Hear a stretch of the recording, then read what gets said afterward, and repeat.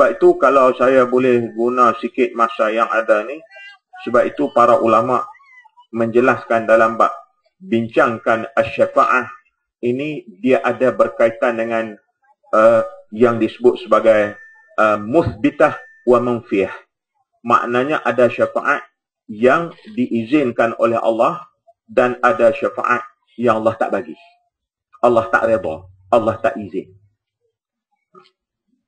Ada juga untuk kebaikan, tapi kebaikan kepada tek judi. Oh, saya tolong dia, dia nak pergi main judi, saya tolong dia, bagi dia boleh main judi. Itu munfiah.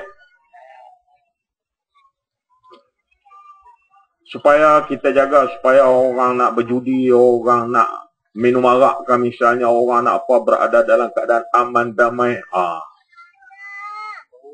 Kita tolong tu, tak maksud syafaah, tapi syafaah yang munfiah. Oleh itu di sini kalau kita pergi kepada lebih jauh, inilah yang disebut oleh para ulama al-musbitah hiya allati athbataha Allah Ta'ala li ajli al-ikhlas, yang Allah Subhanahu wa Ta'ala anjurkan. Syafaah yang disuruh, yang musbitahnya, yang dikehendaki, yang dituntut ialah allati athbataha Allah Ta'ala li ajli al-ikhlas, untuk keikhlasan, untuk kebaikan, sebagaimana yang telah difirman oleh Allah, wa kam min malakin fis samawati wal ard, wa kam min malakin fis samawati la tughni syafa'atuhum syai'an illa min ba'di an ya'dhana Allah liman yasha' wa yarda. Tak apalah, ayat tu panjang, kita tidaklah nak mengurai ayat tu secara yang lebih lanjut, cuma nak menceritakan bahawa yang musbitah, syafaah yang musbitah ini ataupun yang dianjurkan oleh Allah, Allah beri kepada orang-orang yang ahlul ikhlas. Dapat syafaat dari Allah yang ditegaskan oleh Allah melalui Al-Quran ini, pertama sekali mesti ahlul ikhlas. Apa itu ahlul ikhlas? Bukan ahlul ikhlas tu dalam semata-mata dalam konteks keikhlasan kita yang kita faham secara umum. Tapi ikhlas ini ialah pendirian kita, keyakinan kita, kecekalan kita, ketabahan kita dalam sesuatu kebenaran yang dikehendaki oleh Allah. Kalau itu kita boleh paksikan, kalau itu kita boleh bertunjangkan, Allah akan tolong. Tuan-tuan, ada benar hak Tuhan tolong dalam bab syafaah ni, kita tak terancang, kita tak fikir, kita tak terangka dalam bahasa Al-Quran min haitsu la yahtasib. Contoh, Sayyidina Abi Bakar As-Siddiq. Ni sekali lagi kalau terlajak masa pengusi nak beritahu. Dia jenis orang kaki cakap ni, dia bagi jenis lagu ni. Sayyidina Abu Bakar As-Siddiq, tuan-tuan, dia khalifah pertama selepas Rasulullah. Dia bukan merintah lama. Sayyidina Abi Bakar As-Siddiq menjadi khalifah hanya 30 bulan. Makna 2 tahun setengah. Sedangkan masa Sayyidina Abi Bakar As-Siddiq mengambil alih kuasa daripada menjadi khalifah selepas wafat Rasulullah, Nabi palsu berkenyah-kenyah.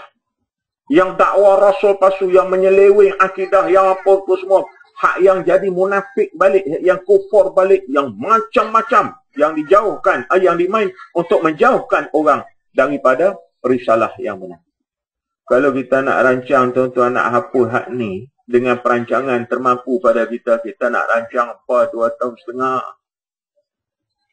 Apa boleh buat? Kalau kita ambil contoh lah, minta maaf lah tuan-tuan.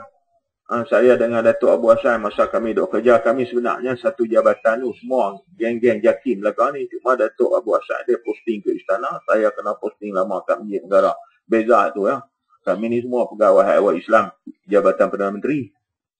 Saya dan 25 tahun, Datuk Abu Hassan pun lebih kurang lagi kot. Masa kami duduk kerja lu, ajaran sesat di Malaysia dalam lingkungan 40 ke 50 jenis saja. Lah 100 lebih. Saya nak ambil satu contoh. Kita belum selesai dengan ayah pin.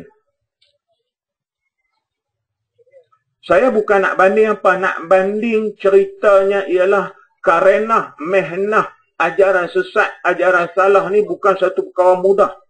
Bukan boleh kita hanya buang, kata kalau dalam bahasa kampung, bukan boleh macam buang taik lembu tepi jalannya. Ayah peh abang dah. Saya kerajaan langit, pungah di besuk di bumi, aku lari naik ke langit, apa tak jumpa ayah peh lah. Kalau ambil hak ni pun Allah macam mana Sayyidina Abu Bakar buat hapus segala ajaran pasuluhan, hapus segala apa-apa. Ini benar dia. Asy-syafa'ah min Allah. Pasal apa? Sayyidina Abi Bakar As-Siddiq buat kerja dengan ikhlas, buat kerja dengan tabah, dengan cekal demi menegak kebenaran.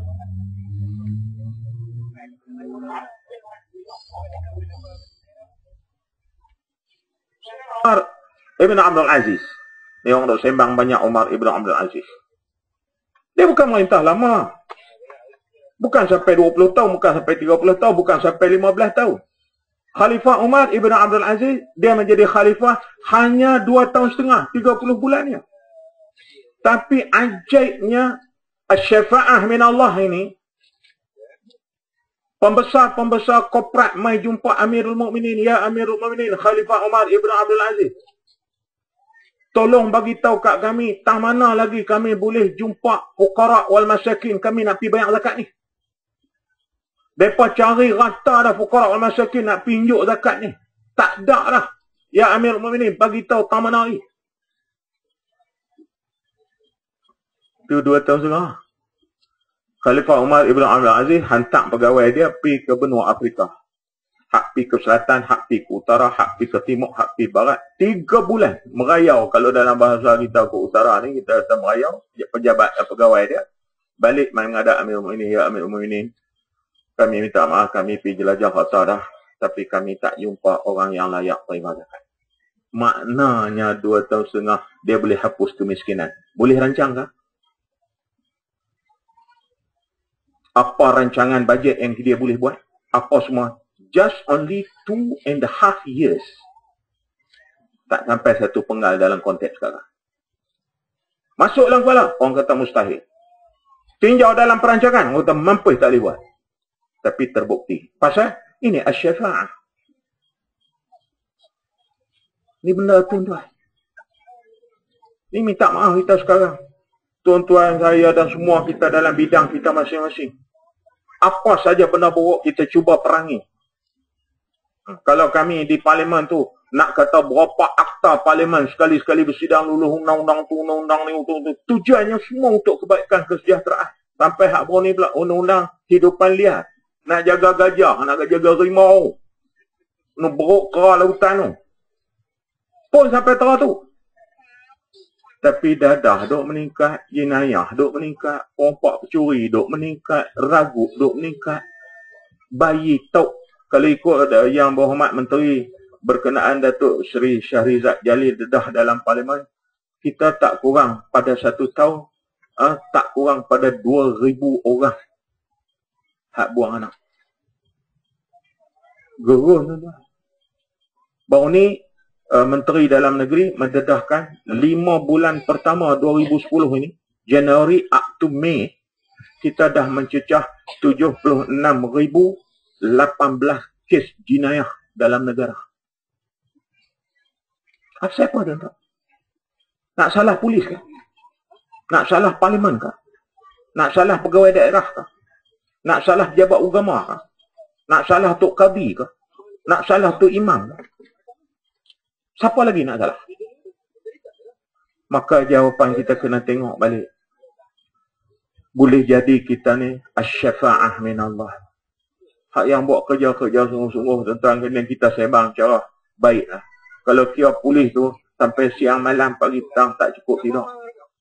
Mungkin hak orang masjid pun betulah, mungkin kadi pun betulah, mungkin semua jabatan macam itulah, macam-macam buat kerja. Tapi apa hasil kita? Apa hasil orang yang bergerak kerja dengan anti dadah? Dah meningkat. Ini yang saya sebutkan tadi dalam konteks saya, nunazzilu minal Quran ma huwa syifaa'un wa rahmah. Kita tak lihat, kita tak mendekati Al-Quran, kita tak ambil Al-Quran itu. Konon-konon kita menterjemah, mentafsir kemampuan Al-Quran dari sudut perancangan akal kita semata-mata, tapi kita tak lihat asy-syafa'ah min Allah. Allah nak ambil Al-Quran tu, nak tengok kita patuh tara mana. Tapi masalah asy-syafa'ah dia yang bagi.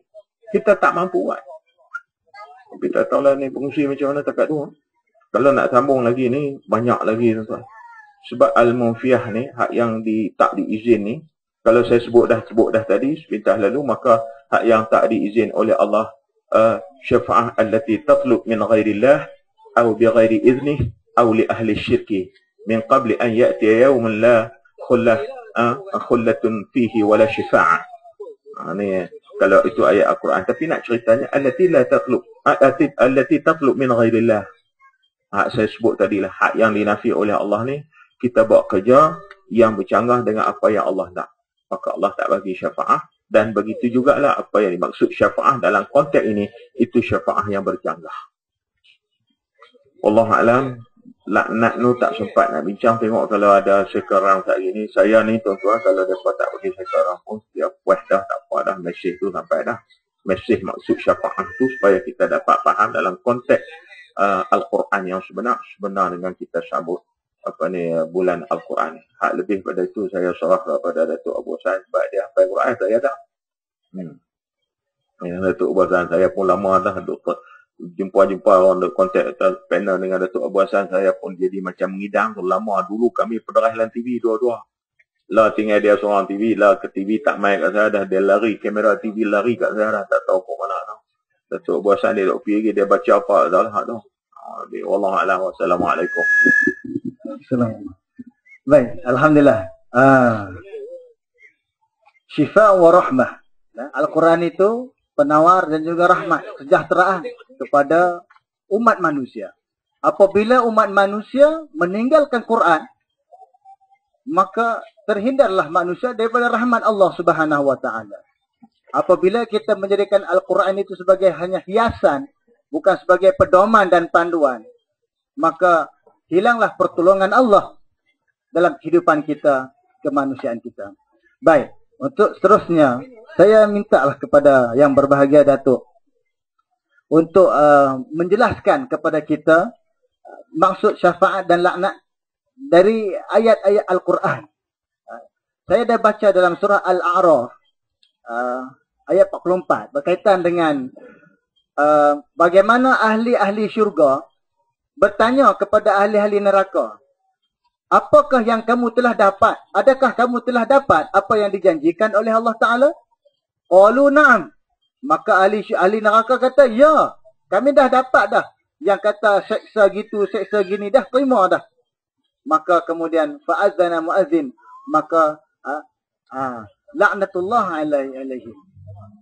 Ada perkataan laknat di situ. Jadi, mungkinlah Datuk boleh memberikan penjelasan daripada ayat-ayat yang lain juga untuk lebih lagi menjelaskan kepada kita supaya lebih terang bahawa apakah yang kita boleh faham daripada makna perkataan laknat dan juga syafaat yang ada dalam Al-Quran. Min daw'il Quran Al-Karim. Fadhal mashkura.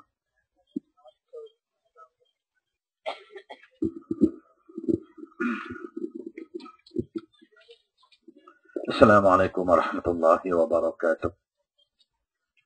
Bismillah walhamdulillah. Wassalatu wassalamu ala rasulillah. Wa ala alihi wa ashabihi wa man nasarahu wa wala. Yang kita muliakan saudara moderator, pengurusi forum, bahkan panel saya, sahabat lama saya, yang berhormat Datuk Haji Taib Azamuddin, yang lama saya tak jumpa. Seronok dengan berforum dengan beliau malam ini, insyaAllah. Dan yang berhormat Tuan Haji Abdul Malik, Ketua Esko Kerajaan Negeri, tetamu-tetamu kehormat, tuan-tuan, puan-puan, muslimin, muslimat yang dirahmati Allah. Alhamdulillah,